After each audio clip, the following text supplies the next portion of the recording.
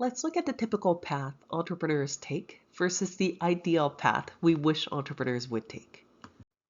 What I typically see is that people start by being interested in entrepreneurship, and a lot of the time they're looking for this idea.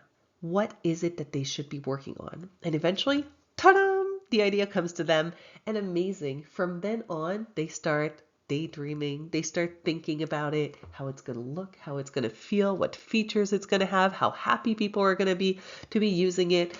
And honestly, this is a glorious time, right? It's a time of anything is possible and of very high hopes.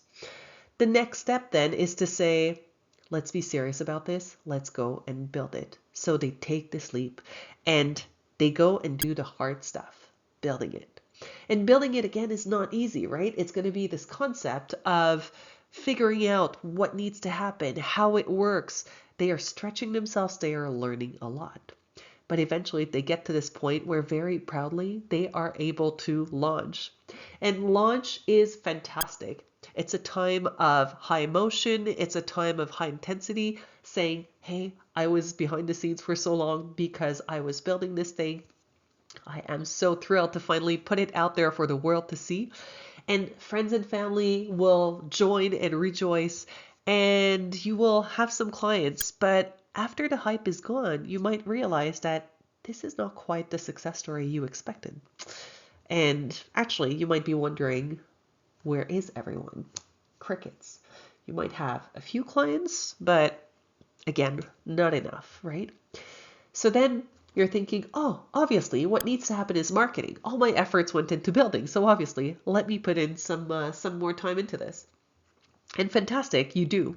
You go out there, put yourself out on social media, go to networking events, right? And just make sure that the world starts hearing about your product. And unfortunately, after this, crickets. You might have a little bit more people interested, but it's really not what you expected. And then you start thinking, oh, actually, you know what? Maybe what I built was not clear, not good enough, not the right design. And you start having doubts into what you built. So then starts a cycle that I called rebuild, remarketing. And what ends up happening is that features of the product are going to get tweaked, right? There's a little bit of rebuilding that happens, right? The product's going to get polished off. Maybe some things are going to be simplified. And then you go back to marketing saying, hey, new and improved, come and see me. And unfortunately, it doesn't quite gather the result that you thought you were going to get. So then you go back into the building, go back into the marketing. And not only this, marketing might also be that you expand what you know about marketing, right? Because at this point, you've been marketing for a while. So it might be new strategies, weekly videos, paid ads, something different. And unfortunately, it's still not what you expected it to be. And what I tend to see usually are two things. Once the cycle goes off for a while, either people are just tired of it, and then they're just thinking, I will coast this. As is, I know it's not fantastically doing well, but we'll just do what we can for now. But eventually, unfortunately, they will have to drop off. Or if not, they will come out from a rebuild, remarketing cycle, and then they're just thinking, wow, this is really not for me. I'm out of here. And unfortunately, what ends up happening too is that a lot of people might have a bitter taste about entrepreneurship. It's to say, I really tried, I really gave a lot of my time, a lot of my efforts, and I got burned. I just didn't like this. Let me just tell you, there is a significantly better way of going at this. The alternative path starts with your interest. What are you motivated to work on? And the reason why we start there is because this is really critical. Your motivation is insanely important in what you're going to be building because let's be honest, however much I want to help you with your business, it will take a lot of work and it will take a lot of your time. What do you want to spend your time on? The next part, and it's in a different color because it is so important. You need to find out and confirm what it is that people want within that space of your interest, right? Let's break up one of the myths here around entrepreneurship. Most people think that being an entrepreneur has to do with building something, and that this is what the earlier part of entrepreneurship looks like. And although it will be true later on, this is not where you start. The important part to start with is instead to be doing some detective work. We want you to go and figure out what is worth your time to build. What is it that people want? And the amazing part is that if you do that work really well, you will next have a blueprint as to what to build. And just imagine how much easier building is going to be at this point, right? And don't get me wrong, building is still going to be its own roller coaster ride. There's still a lot that you're going to need to learn. Obviously, you are creating and putting something else, something out there that is new. However, still significantly easier than taking a lot of guesses at it. And because you might have a little bit of bandwidth now, you might also be able to start doing some marketing. And that's amazing because it means that by now you actually get a good sense of who you want to be serving, what they need. Your marketing is also going to be significantly easier because you get a sense of what works with these people. And by the time you are launching, you have significantly better chances at success. And not only this, you have significantly better chances at scaling. The reason why these two paths are so different has to do with how they start. And let me spend a little bit more time diving into this beginning part and really helping you understand the contrast between the two paths. This is how I see businesses currently get started. Either someone has a brand new idea, so they are thinking of creating something that does not exist. This is where new inventions would fit in. Really exciting prospect. They will be the first one to put this out into the world. Alternatively, you might be not thinking about a new idea, but thinking about bringing something that exists elsewhere to a place where it does not exist yet.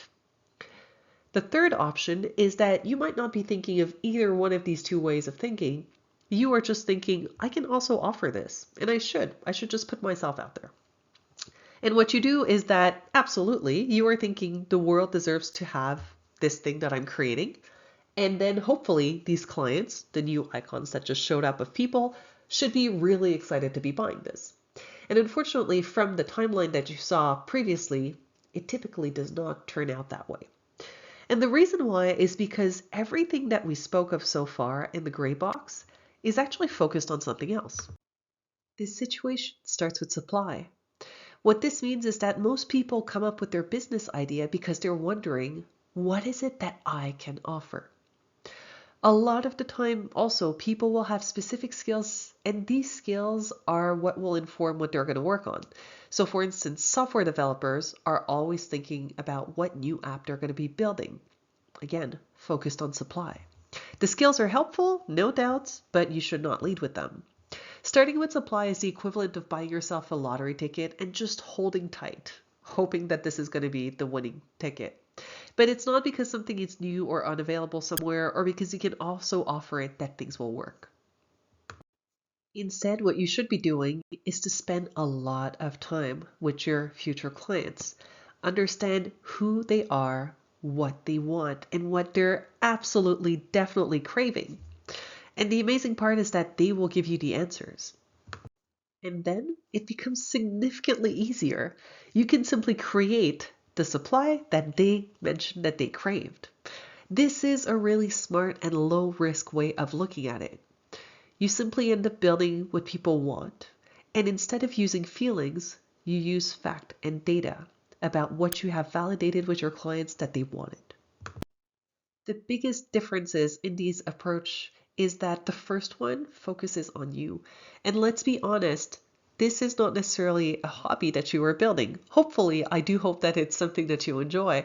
But at the end of the day, what you are building should not be based on you. It should be based on them, your clients.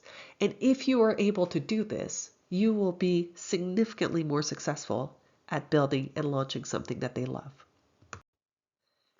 It's all good and well that there's an alternative path to moving ahead in entrepreneurship. From my experience though, where you are at in the process of entrepreneurship will determine how receptive you are to hearing that there's a new and different way of approaching things. Let me just share from experience where things stand.